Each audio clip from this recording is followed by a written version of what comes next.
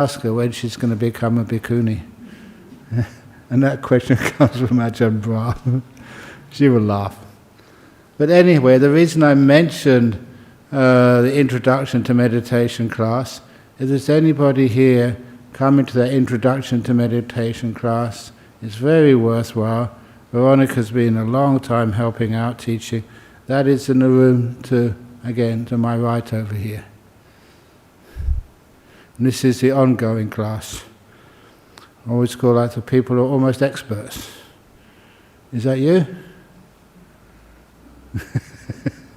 Okay, we'll see how it goes. So, that's almost 3 o'clock now. Yeah, is that okay? Excellent, great. So the clock in the back over there, I can never see that because in Saturday afternoon you always get the light in it from where I'm standing, the sunlight. So I've got a little clock here which I rely upon. And the reason why I have to have a little clock with me is because often, when you get into meditation, you have your eyes closed, you have not much idea of what the time is. And because you lose track of time, you're aware, you're mindful, fully alert, but that's one of the things which drops out of your perception. We do come into what we call the present moment. So much in the present moment that the passage of time loses its meaning. You're fully aware, alert, but you don't measure time. So because of that, that's one of the reasons why I have a clock here to remind me. But as for you, just you can trust that after 45 minutes of meditation, I will ring the gong. It's like a resonating gong. One of the reasons we have the resonating gong, this is the old gong we had. It's like ding, ding, ding. And sometimes, if that's hit too hard, it's quite jarring. As Ajahn Chah used to remind me, that when you have a very cold glass and you put hot water in, it's liable to crack the glass. If you just had a very deep meditation, really peaceful, very still, and then you do something like ringing a gong, that can be very harsh. So I much prefer these days to use this. You get like a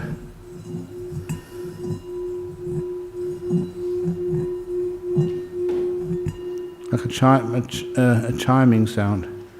It's much more soft, more suitable to remind you to come out of the meditation at that time. But when we say, hi, the meditation, still again, this is a few latecomers come in. Anyone who come into the introduction to meditation class, that is being held in the room to my right. This is the ongoing class. And one of the other things with the ongoing class, that we sit here for about 45 minutes, which is a long time for someone who hasn't meditated before. But you wonder, what is actually the difference? When you sit in front of a TV set and watch a cricket match, or you're sitting down just watching a movie, how long can you sit down for continuously without getting bored? 45 minutes? An hour? 2 hours? You can do that if it's something which entertains you. But many times people don't see the value so much in meditation. That's one of the reasons why. Some people get bored, they get tired, and they get restless because they don't see the value in this meditation. But I can tell you that this meditation has huge value. Value for your health. I love teaching this meditation to those who are with cancer. The reason is because they find out that their health, especially their mental health, is really, really, really important. There's been so many cases, which I've seen with my own eyes, of people healing with things like cancer. Not just with cancer, with other things like depression, just like feeling sort of not good enough. Because what happens with the meditation, not only does it make the mind stronger, it develops the qualities of mindfulness together with kindness, what for many years I've called kindfulness. And that kindfulness is extremely powerful. You've seen it with your own eyes, that some of the things which happen in your body is you can relax even parts of your body. If you have any wound or any pain or any tumor somewhere, even a bruise, sometimes you can focus on that. So how can you focus on something which is repulsive? Because you know that focus will actually do much better for you later on. Yes, it may sting right now, but then when you keep looking at that, experiencing it, giving kindness to it, what the kindness does to like a body, it relaxes everything. And when things are relaxed, the body can actually start healing itself. Things can be let go of, things can be made more peaceful. One of the first times which I recognized that was when I did go to these forest monasteries in the northeast of Thailand, that there was no medication, no electricity, no telephone, certainly no email or anything like that 50 years ago. And so what it meant is that if there was any sickness or disability at all in your body, you didn't have anyone to help you. You were expected to use your meditation to deal with the problem. And even one little thing, this was my toothache story.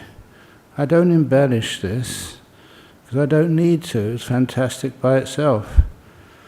Just one evening had a very bad toothache. It really hurt so much. There's no way I could go to sleep that night. And I didn't mind, I'd just meditate.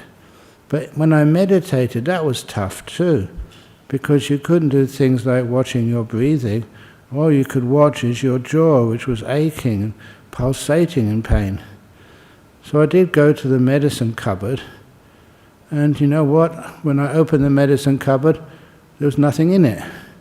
We had a cupboard, but no medicine to put in it. And so I couldn't take any aspirin or Panadol or anything. So then I went to do some chanting. But I remember the chanting very well. I had to stop pretty quickly, because I was so desperate in pain that I was chanting really loud and very fast. I knew I would wake everybody up, and I did not want to do that. So I started walking meditation. But if you're in great pain, sometimes you walk very fast. You're desperate, you're trying to escape from the intensity of the pain. And so when I had exhausted all of my usual strategies, and it was maybe at 11 o'clock, 12 o'clock at night, and the bell would go at 3 a.m. So I thought, I'm in big trouble, what should I do? And so there was one part of meditation which was very simple, but incredibly effective. You'd always call it just the heart of the Buddhist meditation, no matter what particular type of meditation you were doing. And that heart, that core teaching was, let go. And I'd heard that many times before, as I'm sure you've heard that many times before. This was one of the first times I actually practiced it. And to practice it, just suggest, let go. What you are letting go of, you're letting go of wanting things to be different. Letting go of ill will, letting go of wanting. And when those two were let go of, it was one of those incredible experiences of my meditation life. As soon as I let go, just even mention that word and did it. Actually, you don't do letting go, you stop doing anything. Just let the present moment be and let go of trying to change it or manipulate it. And when I did that, I couldn't believe just the pain disappeared immediately. it didn't just disappear, it was replaced by a feeling of bliss, the meditation bliss, the piti sukha which comes up. And then I thought, this is impossible, but it carried on. And after, I don't know, half an hour or more, just there's no toothache. And so I did lay down for an hour or two. And then when the bell went, when I woke up, I had a toothache, but very, very mild. But I couldn't believe just how a little bit of meditation, especially just the words, let go, how powerful that was, and how that took away the fear of pain. So these little teachings are very, very important. And that's one of the reasons why, even though I'm an old monk now, that I don't mind teaching them as much as I possibly can. Because they've helped me. And I know that when I told my teacher Ajahn Brahm how powerful they were, he said, you don't have to thank me. Just make sure you practice it deeper and teach it to others. So right now, this is how I'm paying off my debt to my teacher, by teaching. And so whatever you're doing in meditation, if ever there's a blockage, if you're even restless, fantasizing, wondering how long this is going to go on for, wondering what am I supposed to do, how am I supposed to do it, what type of meditation works for me, the most important part is just exploring and understanding what let go or let be actually means by experience. And then you find when you let go of all wanting and you replace that by kindness, like opening the door of your heart to whatever's happening unconditionally. And if you can do that, you'll find what happens is your mind is still restless, your mind is still tired, but the restlessness and the tiredness get less and less, or the restlessness gets less, the tiredness disappears, and you find your body energizes and just has a lovely energy which stays in one spot rather than wandering all over the place. And this present moment becomes so beautiful. You don't have to think that it's important. You don't have to try and hold that experience there. You just can't stop observing it. It's some of the most beautiful, profound experiences of your life. The only thing is that if you do have some deep experiences in meditation, please make sure that you neither get excited nor you get afraid. I always think those are the two biggest upakilesas, as they call them, the two biggest problems before you get into even deeper meditation. Of course it's going to be exciting. These are really, really big events which you experience. And because you actually experience them, it's so easy to be excited. Wow, I remember this is how the Buddha talked about it. This is really powerful stuff, and this is amazing. But then you blow your chance of further progress. Like the wow response, you should wait on that till afterwards. You can't have a party until you got your paycheck. And so, the other thing which is difficult is the fear. And you do not have anything to fear in meditation. You have everything to gain, everything to wonder about. So you don't have to be afraid at all. I remember just how the Buddha put it, like two murderers jumping out from the bushes, wanting to kill you. All they are trying to kill is just delusion and pain and suffering. That's why I kind of liked that simile. But really what you're doing is actually you're letting go of some of those things which cause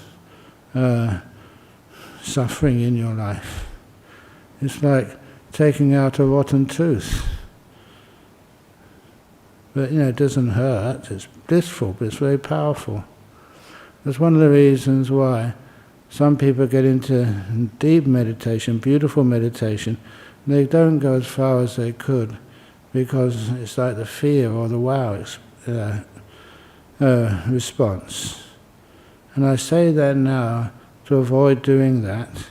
You think, well, what's he saying that for now? Because it is conditioning you. Otherwise known in the West as brainwashing you. So if you start to feel fear, you start to feel, wow, this is actually good. It's going to take me deeper. This is part of the territory of deep meditation. And it's always a precursor to really having just the experiences of your life. And it's the same as excitement. In all those experiences in meditation, I should add, you never can forget them. That's why I often call them, always look for a word which everyone can understand. And it's kind of strange, the only word I can find in English which has a remote connection is the word trauma. If any of you had a traumatic incident, like a bad accident or a bad fear where things were challenged, it's usually, if it's negative, we call it trauma, but there's no word for the positive trauma. When it's very scary, but you always get amazing things afterwards. A lot of happiness, a lot of bliss. So you can even call it like positive trauma. And you always get such amazing things happen afterwards. And if that's how you regard it, you won't get fear or excitement.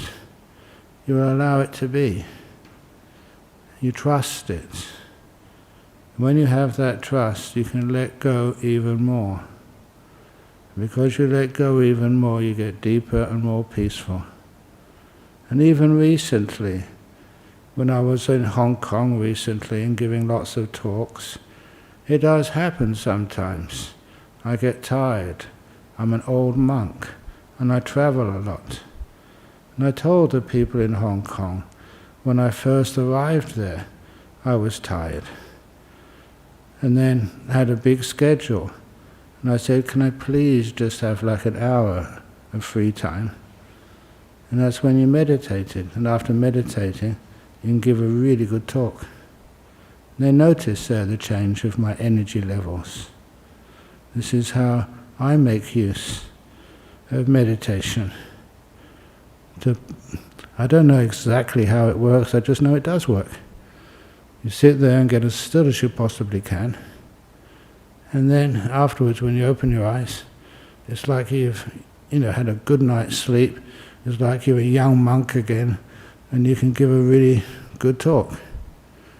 I use it to do my service to others.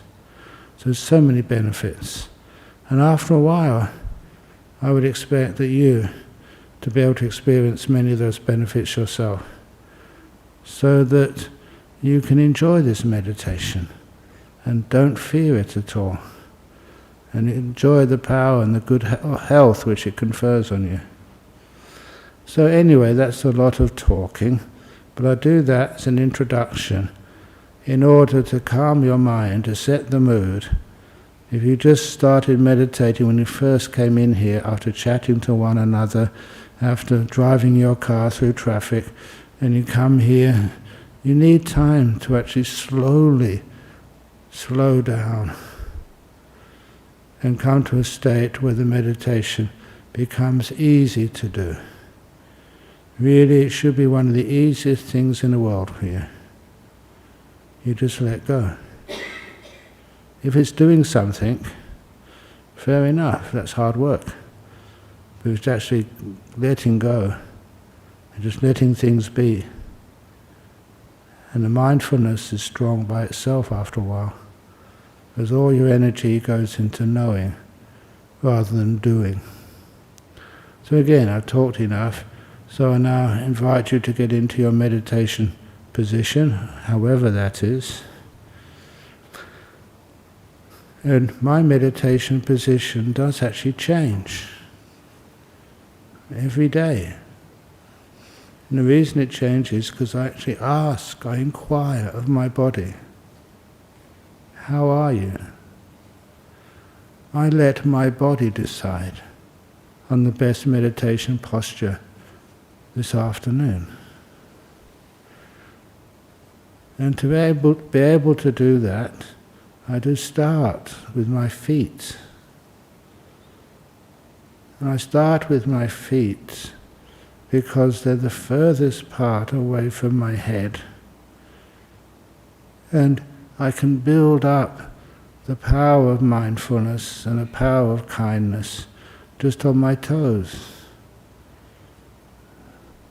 It's not so important down there, but nevertheless it's a good place to start. So later on when I have the awareness, say, of my torso, and there's so many vital organs there, by the time I get there, my mindfulness and kindness is usually very strong, which means that I can really do a lot of good, to my health. So we start with the toes. Simple. How do you be mindful of your toes? Ask them. Don't assume anything. Don't even look. Feel. I call it making a connection between parts of my body and my brain. And along that connection, like ringing up one of your family members. This is like connecting with one of your body members and saying, how are you? I wish you well. And I'm aware, paying attention to how the experience in my toes actually changes. At first I've got to establish that awareness of my feet. It's not hard to do. Once I can feel my toes, I learn how to relax them so much. It teaches me just how, because I use my body, if it's like walking or meditating, sometimes the toes can feel a bit squashed and neglected. So I learn how to relax them. I imagine them expanding, becoming all loose and light. And when they feel happy, weird thing to say, happy toes, but when they start to feel pleasant, then I think I've relaxed them enough. Go up to the rest of my feet. The soles of the feet, the heels, the uppers. I don't want to miss out anything. And I imagine just doing a sweeping exercise, like scanning, I think is the proper word these days.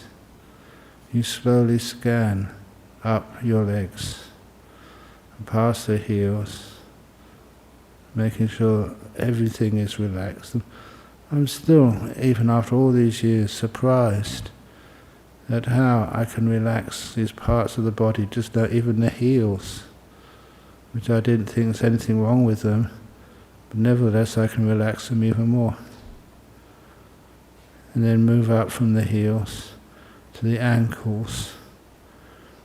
Many people do have ankle injuries, or accidents or sports.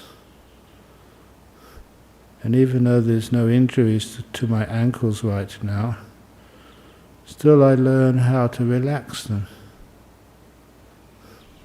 Imagine just anything which feels tight or stretched, like they're being pulled on either end. I just imagine just letting go of both ends. It's like a rubber band being stretched. And now I let go of both ends and it assumes its normal tension, which is not tight at all. It feels at ease. And then move up from my ankles up to the calves of my legs.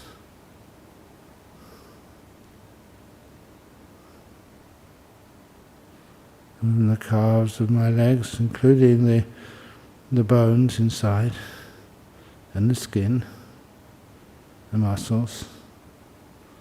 If I feel there's anything at all which needs a bit of kindness, I know when someone gives you kindness, you can relax more, you feel safe and cared for.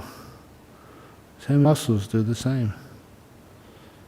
They relax more. And this is an important part of meditation, kind of a preparation to build up your mindfulness strongly and add this kindness which helps.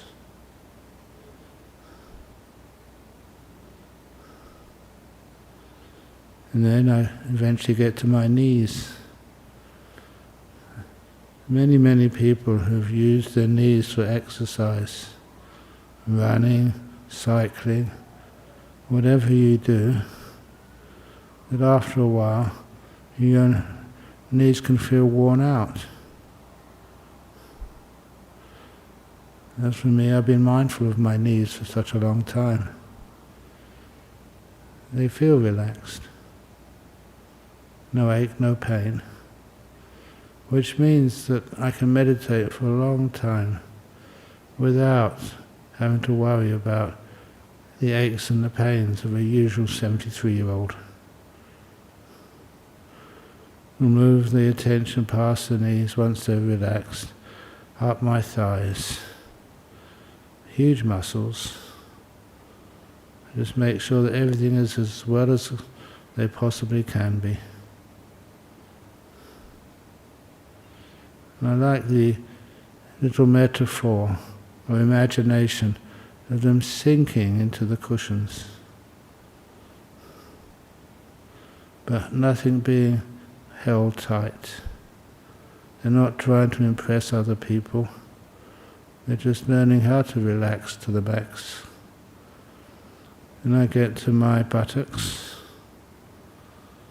and I can feel the pressure of my body squashing against the cushion.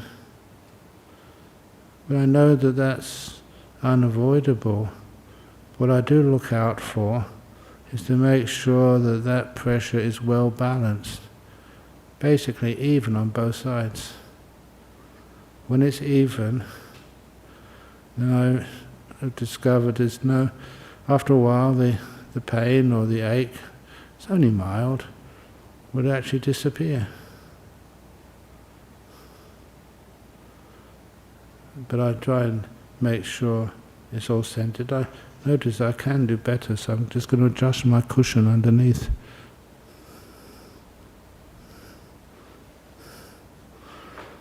Oh wow, that feels so much better. That's amazing.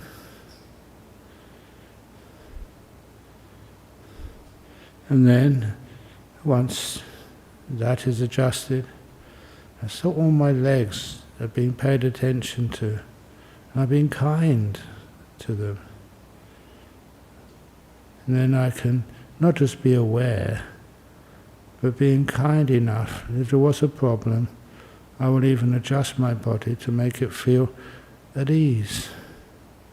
It's like a dana, a comfort, health dana. Dana means like a gift. And then I noticed my waist. My waist belt was a bit tight. I just moved it to its proper position. It's amazing how many people, because of busyness, we're not so aware of our body and we harm it. Not intentionally, but just we could have kept it more at ease so it does not get sick or tense. And then I've adjusted the waist. If I have time, I just scan up my back, my spine. Just a quick scan to make sure that everything is in its right position. Feels good today. So then I go back down to the bottom of my torso, and now I scan upwards to the digestive tract. And as I'm scanning upwards slowly, if I can feel any tightness or pain, like a stomach ache or whatever, instead of trying to avoid it, I just allow my mindfulness to stay there. And just like that story of the anger-eating monster in the Yaka Samyutta, I just give it kindness, relax it away. And it really works.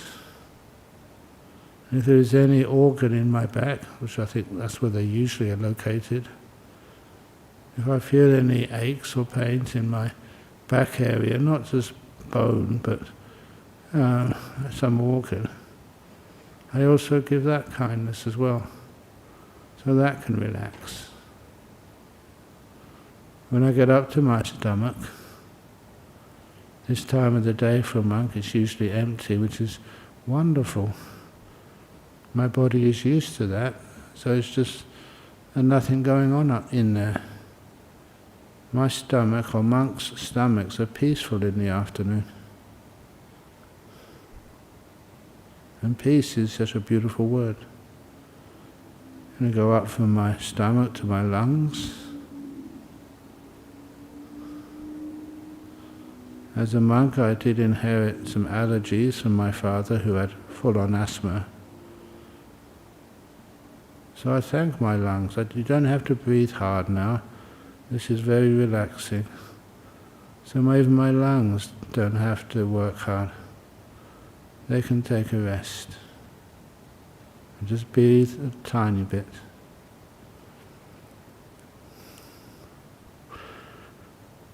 And from my lungs, go out to my heart region, making sure everything there is relaxed and easy.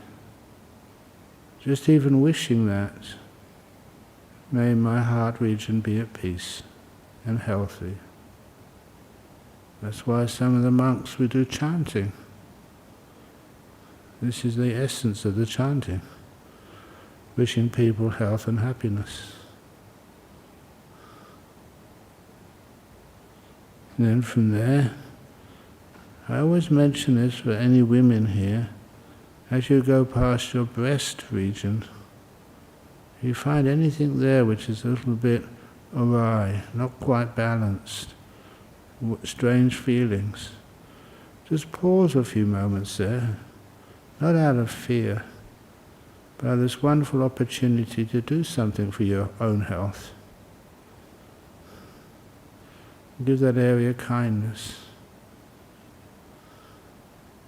It avoids breast cancers and heals them. That's why this is vital. It's not just a little game. Give it importance. You get up to your shoulders, and there,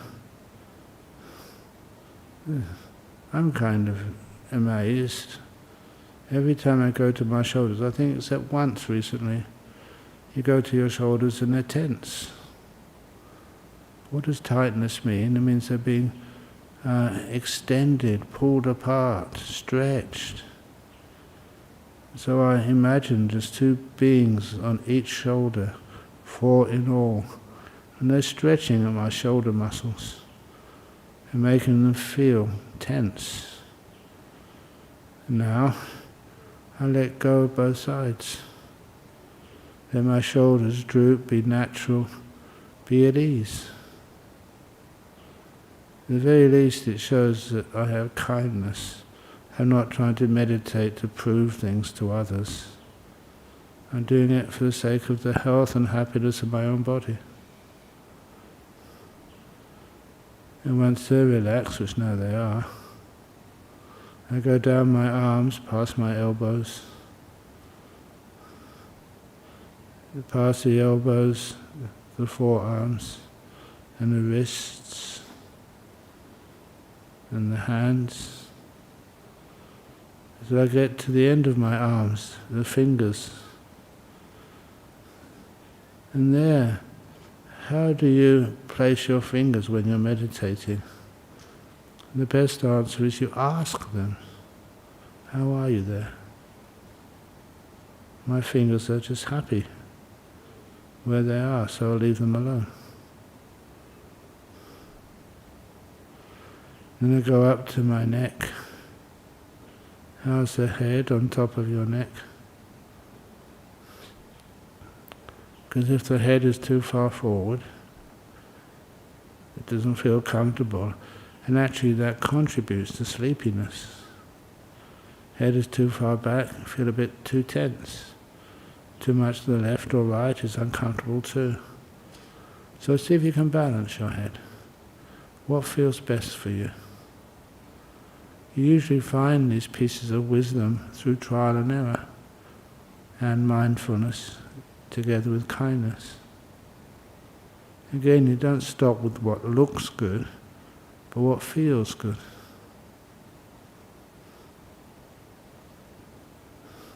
Once my head is happy, at peace, usually go, before I let go of the body, go to the muscles in the front of the face. Around my eyes, around my nose, around my mouth. They've got their own special feeling.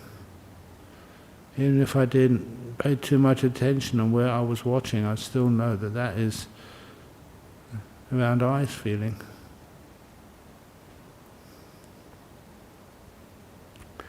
And I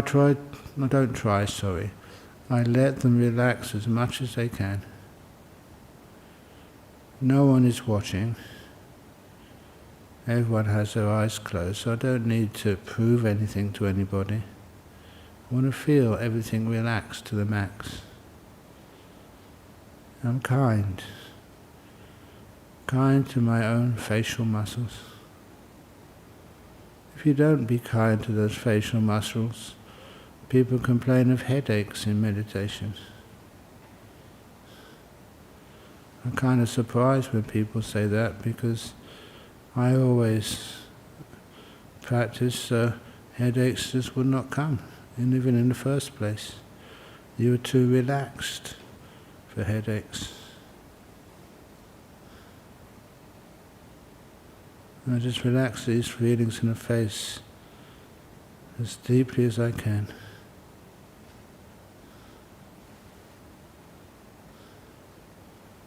When it's at ease, my body feels is so pleasant. There's a type of happiness comes with deep relaxation. The health benefits are huge.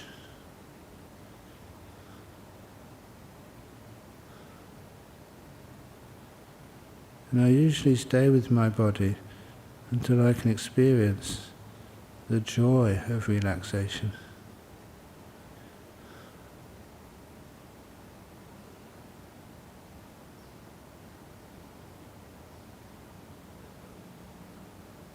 It takes a minute or two to come. It's always coming. It's coming already. And I notice that when you can be mindful of the joy of relaxation, the relaxation goes deeper.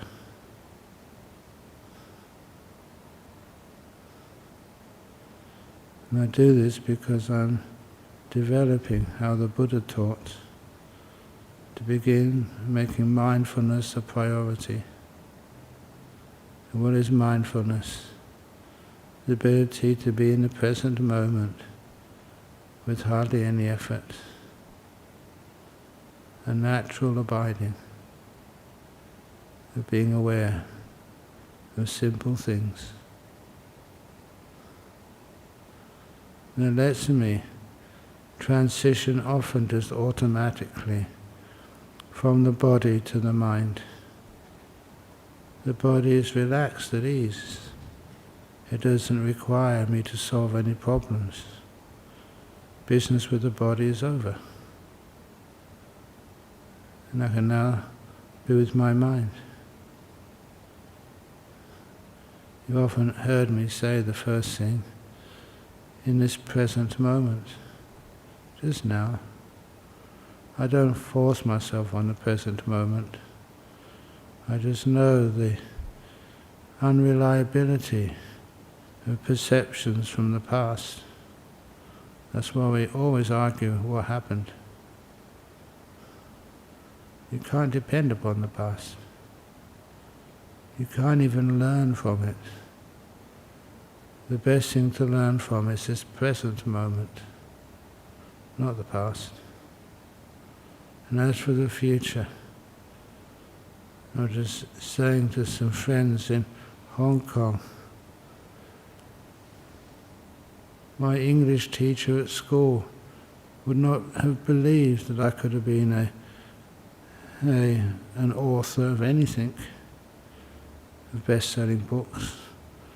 He would have thought me that's the stupidest joke. I could not predict my future. But I did realize as a young man that my future is being made right now. That's why present moment awareness becomes so important. My mind never wants to go anywhere else.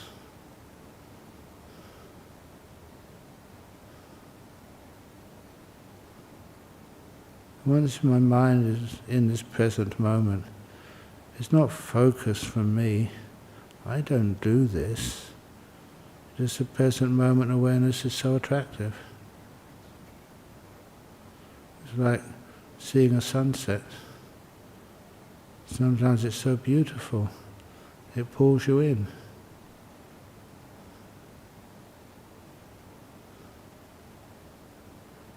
And then I take the mindfulness deeper. By realizing it doesn't need words to judge things, weigh things, assess things, or even to describe things. The more you try and capture experiences, the quicker they disappear. And let it be. And the only place it can be is right now, in this moment. And I don't need to capture it with words. I'm in the present moment and silent. The breath will come to you. Just be aware in this moment and be kind. I'm now going to be quiet for the next 10 minutes, 20 minutes. When we get close to the end, I will let you know.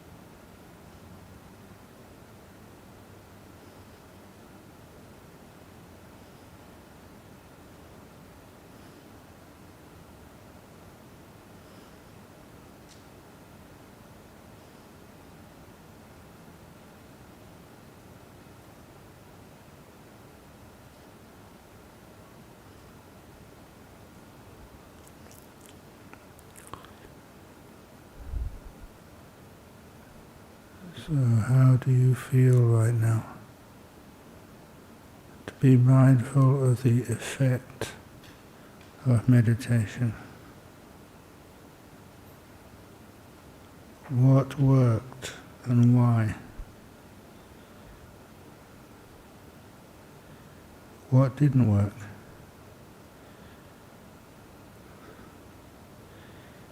This is where we use our insight, our own experience, to learn about meditation and its amazing effects.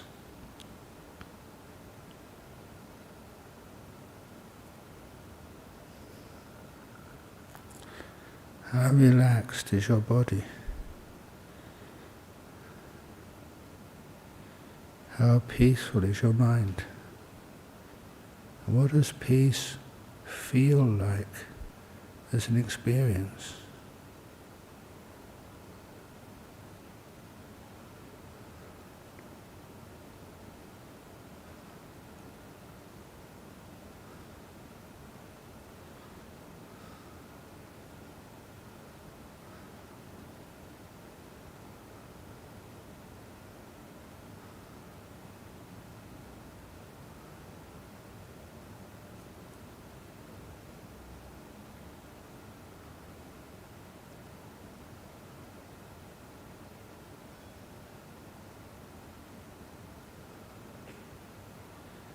I will now make the gong chime. When the gong's chime finishes, that's a signal to come out from the meditation.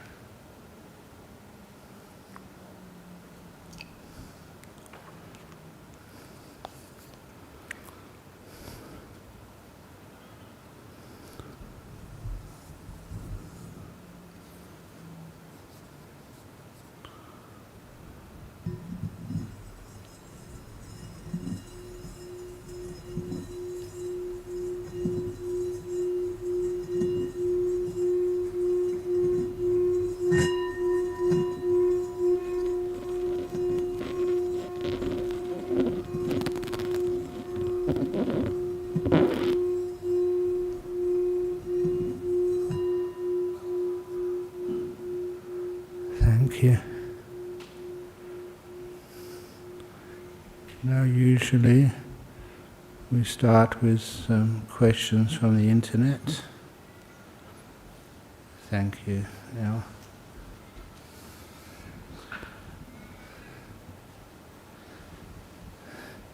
So first question from Germany.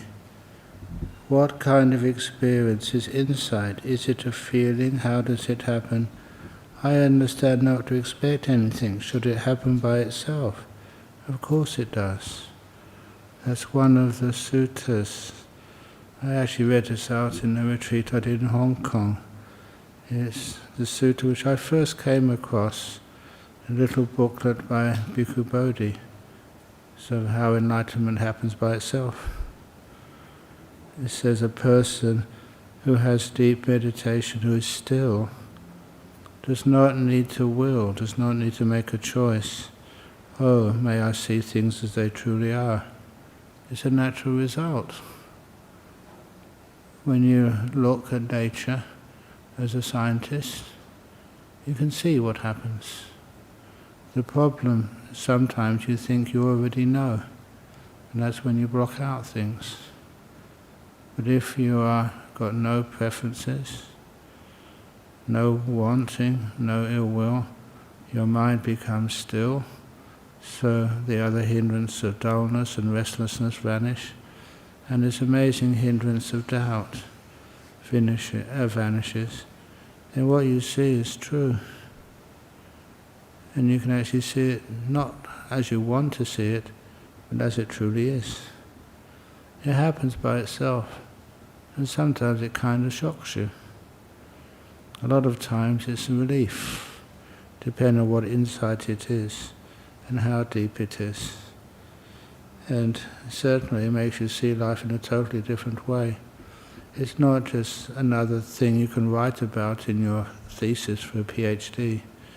This is something more powerful than that. It changes your whole life. So the feeling, the joy, that's the byproduct.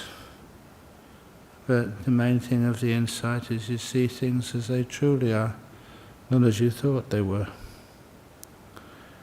Dear Ajahn, after a nice meditation, some people feel unified consciousness. Some people perceive it as divine, yet others perceive it as lonely and sad. I feel we cannot even trust that perception. Is that so? No, it's not so.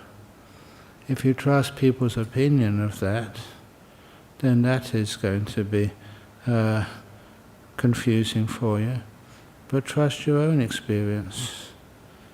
So instead of worrying about what other people experience, get very still, very peaceful, until eventually the body vanishes. So your 5 senses disappear. You just got your mind. And that is consciousness, it's mind consciousness. You understand consciousness, what I usually say, consciousnesses, and how they fit together. And so you never feel it as divine consciousness or your consciousness. It's just this flow of consciousness, of mind. That's the best way of looking at it.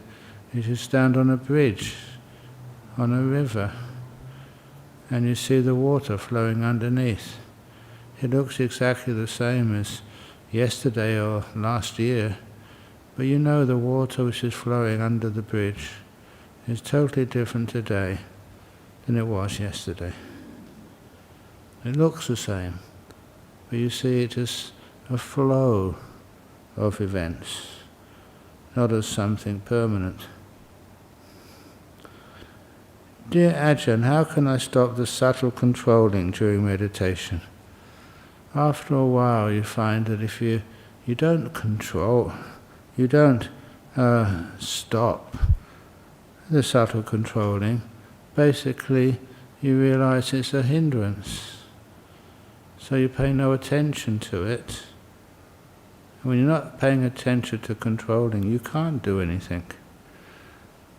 This was the result, because I was a scientist before. Somebody did ask this question of me. What do you think of?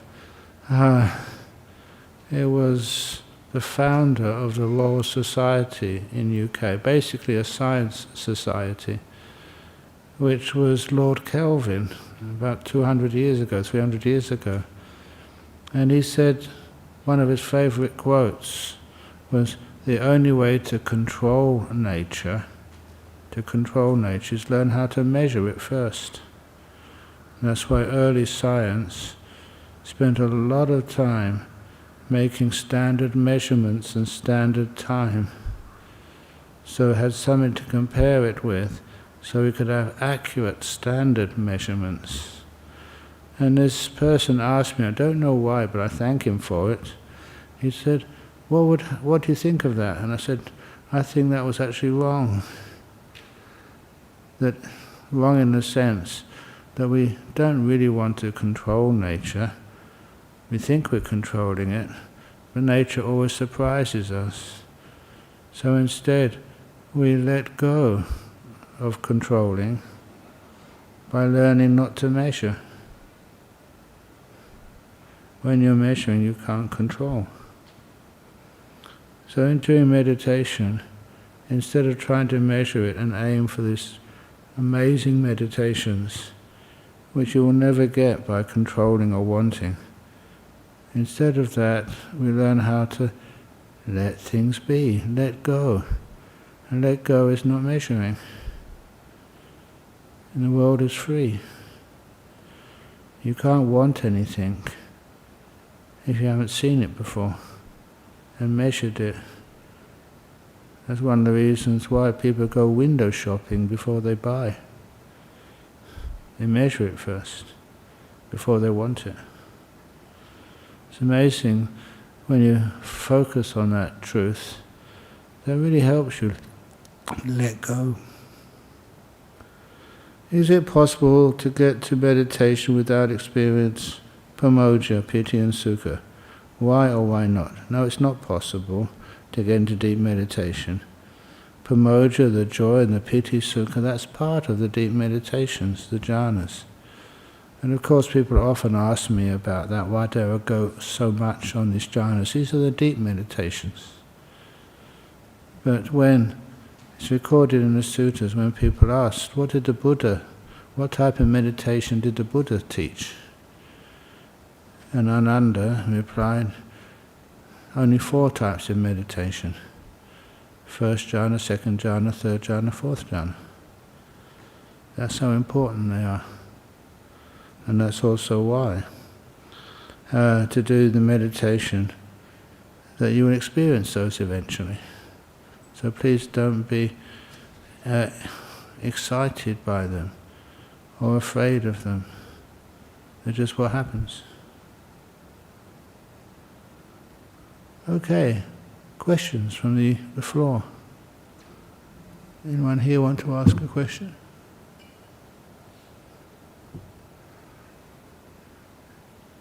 And as you all know, no one puts their hand up, but as soon as I ring the bell and do the bow to the Buddha, then there's a big line of people afterwards.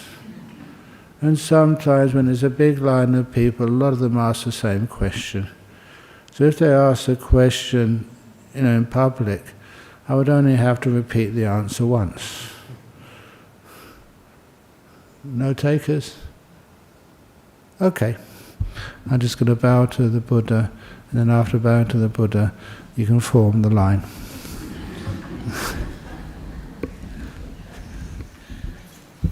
True.